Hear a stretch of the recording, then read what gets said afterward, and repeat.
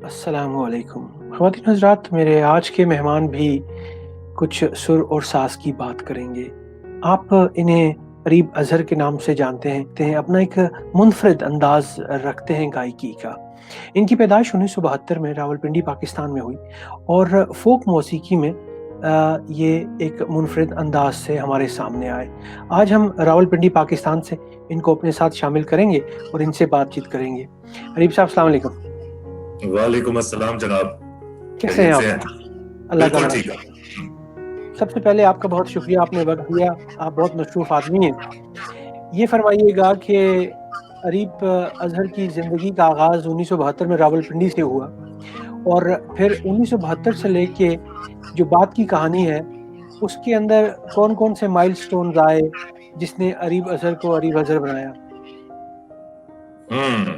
مائل سٹونز تو مائل سٹون سب سے پہلے تو میرا خیال میں جب میں 5 سال کی عمر میں تھا، نہیں ویسے سب سے پہلے مائل سٹونز تو مجھے کہنے پڑیں گے کہ پہلے 5 سال راولپنڈی میں جب ابا اس وقت پی ٹی وی کے ایم ڈی ہوتے تھے اور اس وقت بڑا ایک سنہری دور تھا پی ٹی وی کا، تو اس زمانے میں بہت سارے فوک میوزیشنز جو تھے وہ ہمارے گھر آیا کرتے تھے اور مجھے بھی گود میں اٹھا کے محفلوں پہ لے جایا جاتا تھا۔ تو میری سب سے پرانی یادوں میں سے ہے کہ میں بڑے بڑے استادوں کو سامنے روبرو بیٹھ کے سن رہا ہوں بچپن میں، بالکل، جن میں شوکت علی صاحب کا نام آتا ہے، طفیل نیازی کا آتا ہے، ریشما جی اور اسی وقت سے گھر پہ وہ ایک پرانا ایک ریکارڈ پلیئر ہوتا تھا والدین کے پاس اور ایک بڑا زبردست کلیکشن تھا، بلکہ ابھی بھی پڑا ہوا ہے لیکن اب اس کو بجانے کی کوئی چیز نہیں ہے، ریکارڈز کا، جس میں پاکستانی کلاسیکل، مطلب south Asian classical music, Pakistani folk music, European classical music, jazz music, یہ مستقل گھر پہ بجتا رہتا تھا۔ تو میرا خیال میں کہ سب سے زیادہ تو یہ ایک بہت میرے لیے ایک بہت زیادہ ایک بہت بڑی تربیت تھی کہ بچپن سے سریلی آوازیں کان میں پڑ چکی تھیں۔ پھر جب میں 5 سال کا تھا، ضیاء الحق کا دور شروع ہوا، ابا کو پی ٹی وی سے برخاست کیا گیا تو ہم کراچی شفٹ ہو گئے۔ پھر کراچی میں بالکل ایک الگ دور تھا۔ کراچی میں پھر میں نے کچھ گٹار بجانا شروع کیا، بھائی گٹار لے آیا تھا گھر پہ، بڑا بھائی، اس نے اس کو جاری نہیں رکھا، میں نے جاری رکھا اس پہ۔ پھر میں ضیاء کے دور میں کافی سارے انقلابی گیت گاتا رہا جلسے جلوسوں میں اور پھر ہم اسلام آباد واپس شفٹ ہو گئے۔ جب بے نظیر کی پہلی حکومت آئی تھی تو ابا کو چیئرمین پی ٹی وی اور ریڈیو کے طور پہ بلا دیا گیا تھا واپس اسلام آباد۔ پھر انہوں نے کوئی 1.5 سال بعد خود ہی استعفیٰ دے دیا تھا کیونکہ وہ دور بدل چکا تھا، اس طرح وہ پی ٹی وی میں تبدیلیاں نہیں لا سکتے تھے جس طرح وہ چاہتے تھے۔ تو پھر جب وہ اسلام آباد واپس آیا، پھر یہاں پہ کچھ میں نے ادھر بھی کچھ میوزک ایکٹیویٹیز جاری رکھی، تھیٹر ہم کراچی میں شروع کر چکے تھے، تھیٹر ایکٹیویٹیز بھی جاری رکھی۔ پھر میں باہر چلا گیا پڑھائی کرنے کرویشیا میں گیا تھا، تو اپنی کتابوں میں تو میں یوگوسلاویا گیا تھا کیونکہ اس زمانے میں یوگوسلاویا ہوتا تھا وہ پورا خطہ۔ میرے وہاں جانے کے میں سن 90 میں گیا اور 91 میں وہاں پہ جنگ شروع ہو گئی، تو پھر جہاں پہ میں تھا وہ کرویشیا بن گیا، وہ جنگ کا دور، جنگ کا پورا دور بھی میرا وہیں گزرا۔ تو وہ ایک ملک کی بالکل کرویشیا کی ابتدا سے میں وہاں پہ موجود تھا اور پھر 13 سال وہاں پہ میں نے گزارے۔ وہاں پہ میں نے میوزک پروفیشنلی کرنا شروع کیا مختلف بینڈز کے ساتھ، ایک ایز اے پروفیشنل، مطلب میری پھر وہ ایک روزی روٹی کا بھی وہ ایک وہ بن گیا طریقہ۔ اور پھر میں کوئی 16 سال پہلے تقریباً واپس پاکستان شفٹ ہوا اور یہاں پہ پھر جیسے ہی میں واپس شفٹ ہوا تو پھر کیونکہ میری دلچسپی تھی، میں چاہتا تھا کہ میں ذرا دوبارہ اپنے استادوں کے ساتھ بیٹھوں، تو ایسے پھر استادوں کے ساتھ، قوالوں کے ساتھ، اچھے دوستوں کے ساتھ اٹھنا بیٹھنا شروع ہوا، جن کے ذریعے سے بہت کچھ سیکھنے کو ملا۔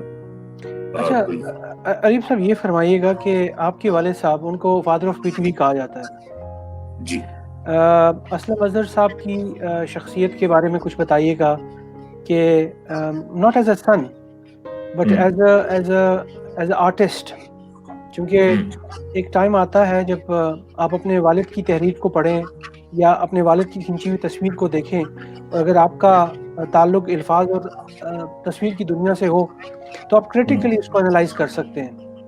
آپ کی اولاد بڑی کریٹیکل ہو سکتی ہے آپ کے کام کے بارے میں. تو کیسے دیکھتے ہیں آپ اپنے والد صاحب کی شخصیت کو؟ ان کی شخصیت کے بارے میں کچھ بتائیے کہ کس قسم کی شخصیت تھے وہ؟ دیکھیں جی، جو ابا تھے وہ تو واقعی صحیح معنوں میں استادوں کے استاد تھے.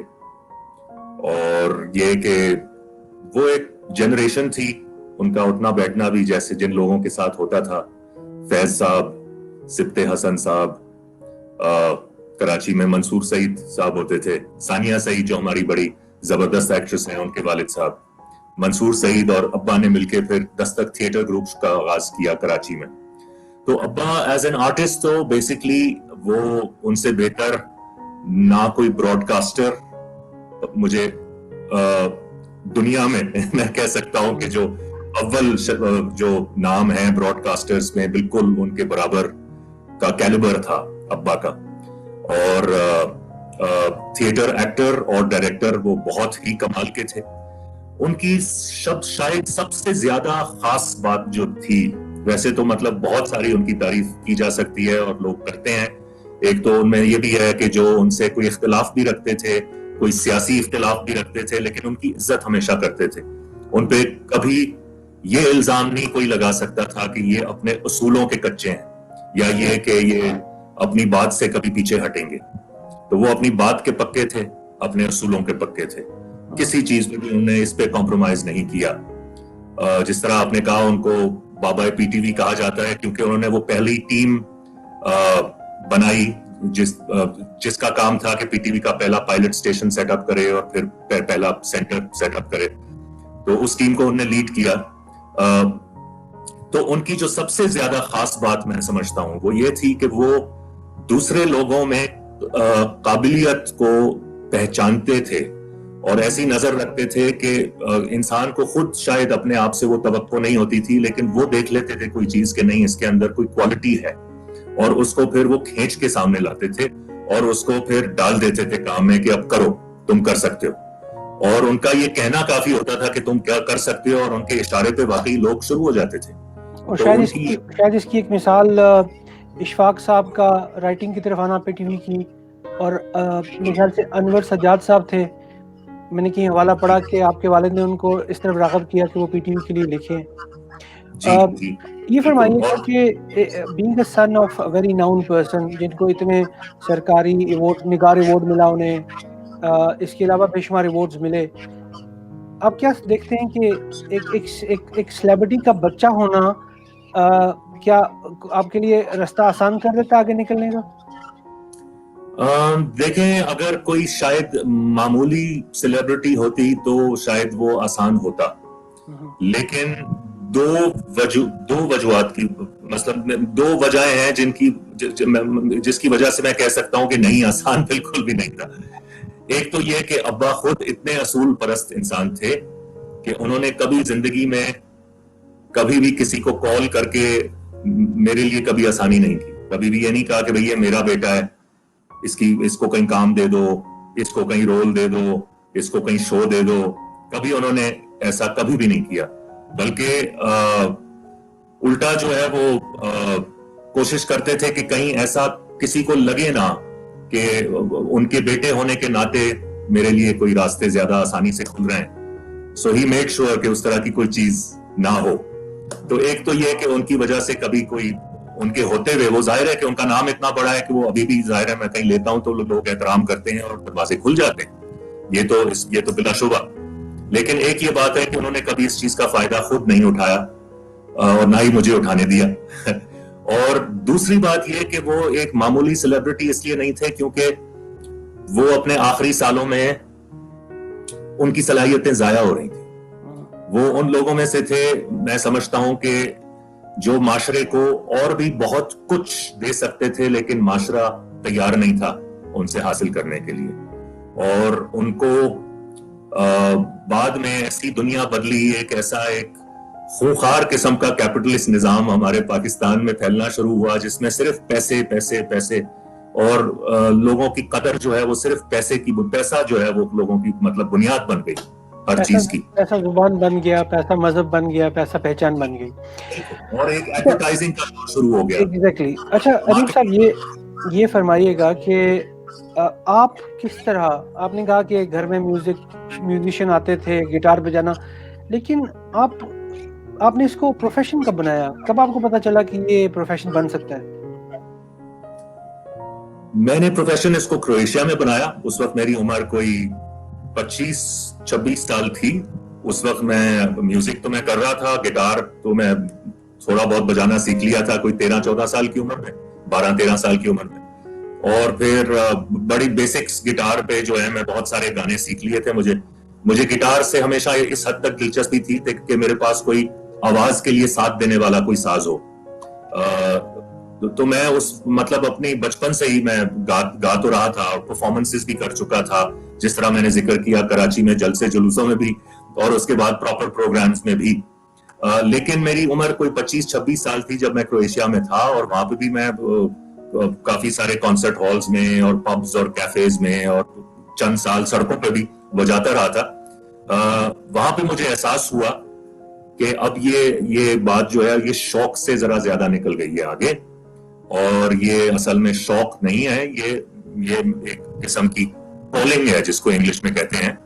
ایک حکم ہے، ایک اندر سے ایک مطلب ایک حکم ہے کہ اندر کا کہ یہ آپ نے میوزک کرنا ہے اور دیانتداری اور سنجیدگی کے ساتھ کرنا ہے. تو اس وقت میرا خیال میں کوئی 25-26 عمر تھی جب مجھے یہ ریئلائز ہوا، حالانکہ کر تو میں پہلے سے کر رہا تھا. پھر آپ نے صوفی گائکی کی طرف بہت اچھا کام کیا. میرا اور آپ کا پہلا کنیکشن جو ہے وہ عشق حقیقی کی وجہ سے ہوا تھا. اس نے حقیقی سوری.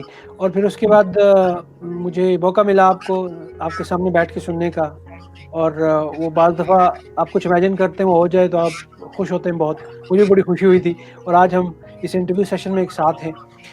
یہ جو صوفی میوزک ہے، بر صغیر کے جو گائک ہیں یا جو شاعر ہیں، ان کے قلم میں اور ان کی آواز میں ایک بہت مٹھاس ہے. آپ کی آئرش میوزک سے بھی بہت اچھے طریقے سے واقف ہیں، یورپین میوزک کو بھی جانتے ہیں. یہ فرمائیے گا کہ صوفی میوزک ہی کیوں، آپ نے اس کا انتخاب کیوں کیا؟ اچھا، اول تو یہ کہ میں نے صرف صوفی میوزک کا انتخاب نہیں کیا، لیکن یہ کہ یقیناً جس طریقے سے صوفی شاعری، صوفی کلام جس طریقے سے میرے دل کو لگتا ہے، اس طرح اور کوئی شاعری اس طرح دل کو مجھے نہیں لگتی. اور ظاہر ہے جب آپ کو دل کو اتنی ایک گہری چیز لگتی ہے تو پھر شاید اس میں اس کی ادائیگی میں بھی وہ نظر آتی ہے. میرا بچپن جو میرا گزرا کراچی میں سیاسی سرگرمیوں نے بائیں بازو کی، اس وقت تو میں بالکل ان ساری چیزوں سے دور تھا. حالانکہ جب میں بالکل چھوٹا بچہ تھا تو جس طرح میں نے ذکر کیا کہ میں نے ہمارے استادوں کو سنا ہوا تھا، کان میں وہ آواز پڑی ہوئی تھی طفیل نیازی کی، ریشما جی کی، عابدہ جی کی، عالم لوہار، اپنا پٹھان خان، محمد جمن. لیکن جب میں اسکول کا جو زمانہ تھا اس وقت تو میں اپنے آپ کو ایتھیسٹ کہتا تھا، اور میرا ایک مطلب میں چڑ چکا تھا سمجھ لیں، کیونکہ وہ ایک ضیاء کا دور تھا پاکستان میں. اس وقت مذہب کے نام پہ جو کچھ ہو رہا تھا، میرے ذہن میں یہ اس کا قصوروار خود میں نے مذہب کو ٹھہرایا ہوا تھا، جو کہ بعد میں مجھے اندازہ ہوا کہ یہ ایک غلط سوچ تھی میری. جب میں کرویشیا میں تھا اور جب وہاں پہ جنگ ونگ ہوئی اور جنگ میں نے دیکھی، اور وہاں پہ جب میں نے دیکھا میری زندگی میرے گرد جو ہے وہ جس طرح ایک بربادی جو پھیلی ہوئی تھی، اس وقت میری دلچسپی ہوئی روحانیت سے، جس کو لوگ روحانیت کہتے ہیں. اور اس وقت پھر میں نے تمام مذاہبوں کے بارے میں تھوڑا سا مطالعہ کرنا شروع کیا، اور اس وقت پھر میں نے صوفیزم کے بارے میں پڑھنا شروع کیا. اور اس وقت پھر مجھے اندازہ ہوا کہ جو میں فلسفہ پڑھ رہا ہوں یہ تو میں نے بچپن میں سنا ہوا ہے، اور یہ تو وہی چیزیں ہیں جو ہمارے فوک میوزیشنز جس کے بارے میں گاتے ہیں. مجھے اس وقت پہلے سمجھ نہیں آتی تھی، مجھے میوزک تو اس کا بہت اچھا لگتا تھا، دل کو رکھتا تھا، روح کو تسکین ملتی تھی، لیکن میں اس کی شاعری سمجھنے میں کبھی کوشش نہیں کرتا تھا. تو وہاں کرویشیا میں پھر میں نے وہ شاعری سمجھنے کی کوشش شروع کی، اور اس نیت سے میں واپس پاکستان آیا کہ اب میں نے ذرا استادوں کے ساتھ بیٹھ کے یہ ذرا صحیح طریقے سے سیکھنا ہے. اور پھر جب میں صوفیزم کے بارے میں نہیں بلکہ خود صوفیوں کو جب میں نے پڑھنا شروع کیا، بابا بلے شاہ یا شاہ حسین، میاں محمد بخش، خواجہ غلام فرید، گرو نانک، وارث شاہ، اپنا سلطان باہو، تو پھر مجھے پتا چلا کہ ہاں اسی چیز کی، اسی سوچ کی میں تلاش میں تھا، کہ ایک ایسی سوچ جو کہ ایک عالمی سوچ ہو، جو کہ ایکسکلوسیو نہ ہو کہ یہ صرف ایک خطے کے لوگوں کے لیے ہے، یا ایک نسل کے لوگوں کے لیے ہے، یا ایک طبقے کے لوگوں کے لیے ہے، یا ایک مذہب کے لوگوں کے لیے ہے، بلکہ یہ جس طرح رحمت العالمین کہتے ہیں نا، رحمت المسلمین تو نہیں کہتے، اسی طرح صوفی کلام جو ہے وہ میں سمجھتا ہوں تمام عالم کے لیے ریلیونٹ ہے، کیونکہ وہ بات کرتا ہے وحدت الوجود کی، وہ بات کرتا ہے the unity of being، کہ کرا کے ہم سب جڑے ہوئے ہیں، اور ہم سب خدا کی حقیقت یا خدائی سے جڑے ہوئے ہیں، اور جس طریقے سے وہ بیان کرتا ہے ہماری دھرتی کی تاریخ کو، ثقافت کو ساتھ لے کے، مجھے ہمیشہ فوک میوزک سے ہمیشہ دلچسپی رہی ہے، اور ہمارے خطے کا جو فوک میوزک ہے اس سے تو مجھے بہت ہی زیادہ محبت ہے۔ تو صوفی میوزک جب آج کل لوگ کہتے ہیں نا، تو مجھے خود پتہ نہیں ہوتا کہ ان کا مطلب کیا ہے، کیونکہ صوفی میوزک کا لفظ جو ہے پہلی دفعہ پاکستان میں استعمال ہونا شروع ہوا جنون بینڈ کے زمانے میں، اور اس کے بعد کوک اسٹوڈیو کے زمانے میں۔ اس سے پہلے جب یہ سارے لوگ تھے جن کا میں نے ذکر کیا، عبدہ جی، پٹھان خان، طفیل نیازی، عالم لوہار، سائیں جمن، یہ صوفی میوزیشنز نہیں کہلاتے تھے، یہ ہمارے فوک میوزیشنز تھے، اور فوک میوزک کا اس وقت مضمون سبجیکٹ یہی ہوتا تھا، تصوف، اور ابھی بھی ہے، لیکن یہ صوفی میوزک کا لفظ شروع ہوا بعد میں، اور آج کل تو یہ ہوتا ہے کہ اگر کوئی بلے شاہ کا کوئی 2 اشعار لے لے، یا کوئی تھوڑا سا کوئی اللہ کا ذکر کر دے، کسی طریقے سے بھی، کوئی ساز کے ساتھ بھی، سمجھ کے یا نہ سمجھ کے، یا کسی بھی دھن کے ساتھ، لوگ کہتے ہیں جی یہ صوفی میوزک ہے۔ تو اس لیے آج کل مجھے صحیح پتہ نہیں ہوتا کہ اس کا مطلب کیا ہے، لیکن میرے نزدیک صوفی کلام وہ اصل چیز ہے، اور اگر اس کو سمجھ کے کوئی بھی گا رہا ہو، کسی بھی طرز میں گا رہا ہو، چاہے وہ روایتی طور پہ ہو یا اس میں کوئی جدت ہو، کوئی مسئلہ نہیں، اگر وہ اس کو سمجھ کے گا رہا ہے، یعنی کہ اس کا کلام کا جو روح ہے، وہ احساس وہ محسوس ہو رہی ہے، تو پھر میرے نزدیک وہ صوفی میوزک ہے۔ ایک شاعر، ایک ادیب یا ایک پرفارمر جو ہے وہ معاشرے سے بہت اثر لیتا ہے، آس پاس کے ماحول سے بہت اثر لیتا ہے۔ بہت سے لوگوں کو یہ ٹھیس محبوب سے نہیں بلکہ معاشرے سے پہنچتی ہے۔ آپ فرمائیے گا کہ جو اس وقت برصغیر کا ماحول ہے، دونوں طرف انڈیا اور پاکستان میں، جو لوگ پرفارمنگ آرٹس کی طرف ہیں ان کی ہمیشہ سے شکایتیں ہوتی ہیں، جبکہ کمپیریٹیولی آپ نے یورپ میں بھی رہ کے دیکھا ہے کہ یہاں پہ بھی جب ایک پرفارمر کسی تکلیف کا شکار ہوتا ہے تو وہ سوسائٹی میں ڈکلائن کی وجہ سے ہوتا ہے۔ کیا دیکھتے ہیں آنے والے دنوں میں پاکستانی معاشرے کے اندر ادب کے لیے بہتریاں ہیں، یا ماحول ایسا ہی رہے گا یا خراب ہوگا؟ کیا دیکھتے ہیں آپ؟ دیکھیں، ایسا تو نہیں رہ سکتا، کوئی بھی چیز ایسی نہیں رہتی، چیزیں جو ہیں یا بہتری کی طرف جاتی ہیں یا برتری کی طرف جاتی ہیں، بدتری کی طرف۔ پاکستان میں مجھے پوری سچائی سے یہ کہنا پڑے گا کہ میں نہیں جانتا، کسی رخ پہ بھی چیزیں چل سکتی ہیں، یہ کہ بہت ساری چیزیں اچھی نہیں ہو رہی بر صغیر میں، انڈیا میں بھی، پاکستان میں بھی، لیکن یہ کہ بالکل مایوس ہونے کی بھی بات نہیں ہے، ابھی بھی باکمال لوگ موجود ہیں۔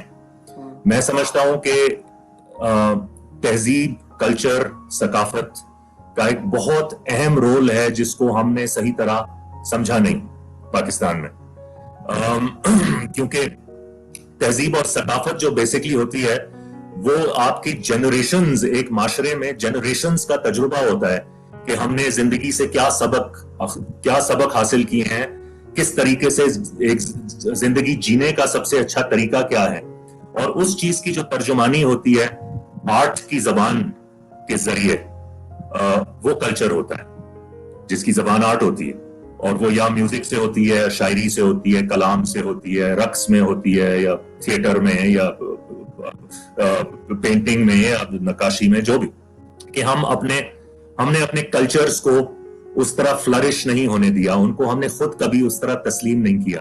آپ پاکستان میں آج بھی اچھے سے اچھے اسکول میں جا سکتے ہیں، میں اکثر یہ بات دہراتا ہوں. آپ کو علامہ اقبال کے بارے میں پتہ چل جائے گا, آپ کو ولیم شیکسپیئر کے بارے میں بھی پتہ چل جائے گا. آپ کو پتہ نہیں ہوگا کہ بلے شاہ نے پنجابی میں کیا لکھا ہے, شاہ لطیف نے سندھی میں کیا لکھا ہے, رحمان بابا نے پشتو میں کیا لکھا ہے, مست توکلی نے بلوچی میں کیا لکھا ہے, یا خواجہ غلام فرید یا سچل سرمس نے سرائکی میں کیا لکھا ہے. ہم ایک دوسرے کے بارے میں تو جانتے ہی نہیں ہیں, اور ہم نہ اپنی, تو ان کی یہ صرف زبانیں نہیں ہیں, پنجابی, سرائکی, سندھی, بلوچی, بروشسکی, شینا, ان زبانوں کے ساتھ ایک پورا علم آتا ہے, اور جب ہم ان زبانوں کو وہ ترجیح نہیں دیتے تو ہم اپنے آپ کو اس پورے علم سے بھی محروم کر دیتے ہیں. تو میں سمجھتا ہوں کہ یہ چیزیں ہیں جو کہ اسکولوں میں چھوٹے چھوٹے بچوں سے سکھانی چاہیے.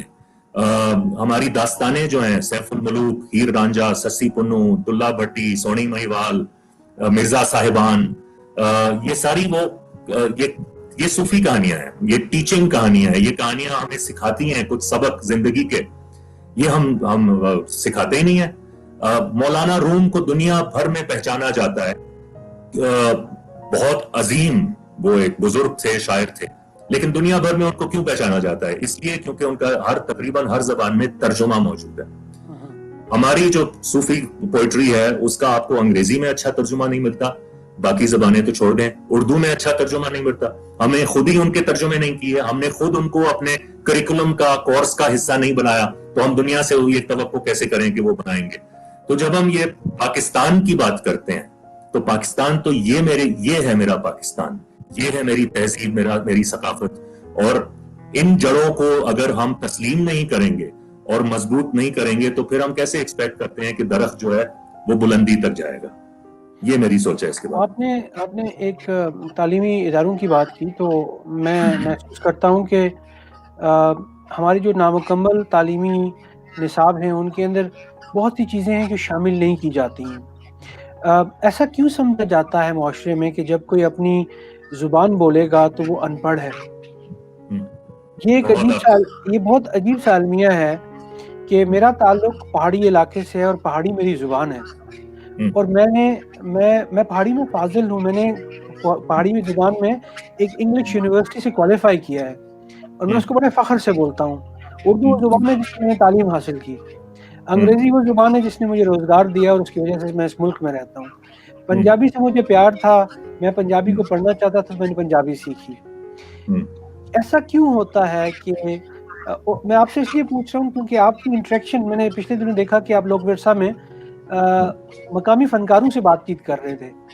وہ چوپڑی مار کے بیٹھے تھے کرسی پہ, کوئی سگریٹ پی رہا تھا, اور لگ رہا تھا کہ وہ اپنے گھر میں بیٹھے ہیں. جو طریقہ, جو ان کا کلچر ہے وہ ان کے انداز سے نظر آ رہا تھا. ایسا کیوں ہوتا ہے کہ ہمارے معاشرے میں اپنی زبان بولنے والے کو ان پڑھ کہا جاتا ہے؟ یہ آپ نے ایسی ایک بنیادی بات پکڑی ہے, بالکل درست. میں سمجھتا ہوں کہ اس کا جواب بڑا آسان ہے. یہ اصل میں کلونیلزم کا قصور ہے جس کو ہم نے انگریزوں کے جانے کے بعد تک جاری رکھا. یہ انگریز کی سوچ تھی کہ مقامی زبانوں کی کوئی اہمیت نہیں دینی, سب جو ہیں انگریزی دان ہوں گے یا صاحب لوگ ہوں گے, اور وہ بھی سیکنڈ کلاس سٹیزنز ہوں گے برطانوی راج کے. جب برطانوی راج ختم ہوا تو وہ جو ایک سٹیٹس تھا وہ ہماری شرفا نے کہا کہ یار یہ تو بڑے مزے ہیں, وہ انہوں نے اپنے اوپر لے لیا اور اردو کو وہ درجہ دیا جو کہ پہلے انگریزی کا تھا, انگریزی کے ساتھ ساتھ اردو کو بھی دے دیا.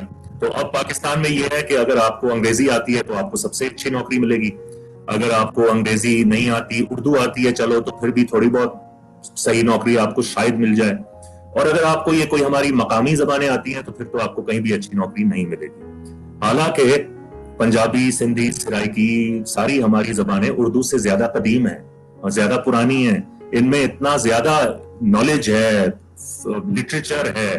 اردو تو ابھی ریسنٹ ایک ڈیولپمنٹ ہے. تو یہ جو چیز ہے نا کہ جب ایک زبان صرف ایک ٹول آف کمیونیکیشن نہیں رہتی بلکہ ایک پاور سٹیٹس, ایک پاور سمبل بن جاتی ہے, تو یہ ہم بڑا ظلم کرتے ہیں. تو اس کا یہ مطلب نہیں ہے کہ اب ہم انگریزی سیکھنا چھوڑ دیں, نہیں. اگر انگریزی ہمارے ظاہر ہے, ہمیں اب انگریزی کو تسلیم تو کر ہی لیا ہے ہم نے, اب ہم اس سے دور نہیں ہٹ سکتے. لیکن اس کا طریقہ یہ ہے کہ ہم جو ہماری باقی جو زبانیں ہیں ان کو اب کم از کم وہ اہمیت دیں جو ان کو شروع دن سے ملنی چاہیے تھی. دیکھیں جو بچے کی جو بنیادی تربیت ہوتی ہے نا وہ اس کی مادری زبان میں, یہ تو سائنٹیفک فیکٹ ہے, دنیا بھر میں لوگ یہ کہتے ہیں کہ اگر آپ مادری زبان میں بچے کو تربیت دو گے تو اس کو سب سے زیادہ چیز اچھی طریقے سے سمجھ آئے گی.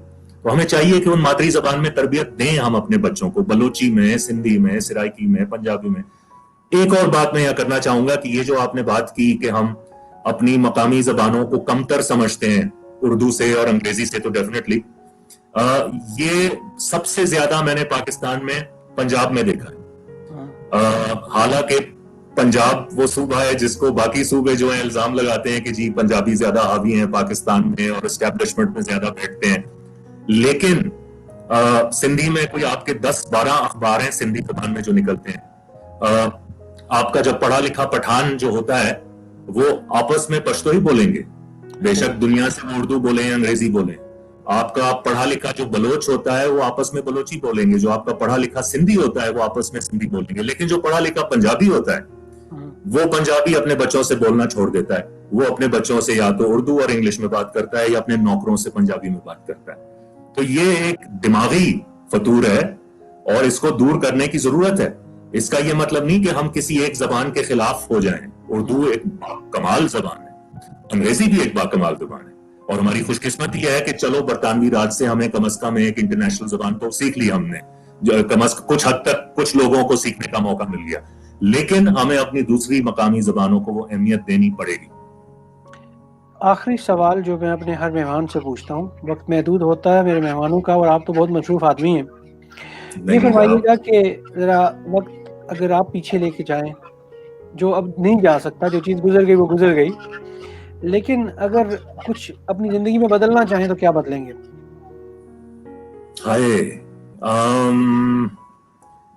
زندگی میں ایک تو یہ کہ میں نے کبھی اپنی ڈگری نہیں لی. میں میوزک میں پڑھ گیا اور میں نے کہا کہ یار مجھے اب ضرورت نہیں ہے, میں پڑھائی اپنی دلچسپی کے لیے کر رہا تھا, مجھے کوئی بعد میں جا کے کوئی ایکیڈیمکس میں تو میں نے جانا نہیں تھا, میں نے میوزک ہی کرنا تھا. تو میں نے اس پہ پھر وہ سارے سال پڑھائی کی اور آخری 5.5 سال پڑھائی کی اور آخر میں تھیسس ویسس کا جو جب دور آیا تو میں نے چھوڑ دی. تو ایک تو یہ میں سمجھتا ہوں کہ اب اگر میرے پاس چوائس ہوتی تو میں ایک تو ڈگری حاصل کر لیتا یار. ابھی بھی میرا شوق ہوتا ہے کبھی کبھی کہ میں شاید کوئی آگے بھی پڑھائی کرنا چاہوں, لیکن میرے پاس وہ ایک بیسک ڈگری ہی نہیں ہے.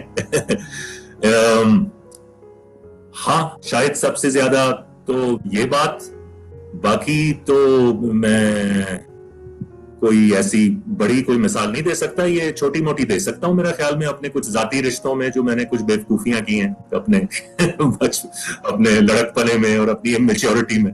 ہاں ان کا میرا خیال میں یہاں پہ شاید ذکر نہیں کروں تو لیکن وہ چھوٹی بات. آپ کی جو ذاتی زندگی ہے اس میں کسی کی بھی ذاتی زندگی, کسی کی ذاتی زندگی پرفیکٹ نہیں ہوتی ہے, ہم سب اپنی زندگی میں غلطیاں کرتے اور ان سے سیکھتے ہیں. آپ کے پیچھے کافی ساری کتابیں پڑھی ہیں, آپ کو لکھنے پڑھنے کا بھی بہت شوق ہے, اخباروں میں بھی لکھتے ہیں آپ, کوئی فیوریٹ رائٹر بتائیے ہمیں. دوستویفسکی اولین, روس کے ظاہر ہے مشہور دوستویفسکی مجھے سب سے زیادہ کمال کے رائٹر لگتے ہیں. اور لکھنے پڑھنے سے مجھے شوق بہت زیادہ ہے, لیکن حقیقت یہ ہے کہ میں کئی سالوں سے لکھنا پڑھنا بہت منیمم ہوا ہے میرا.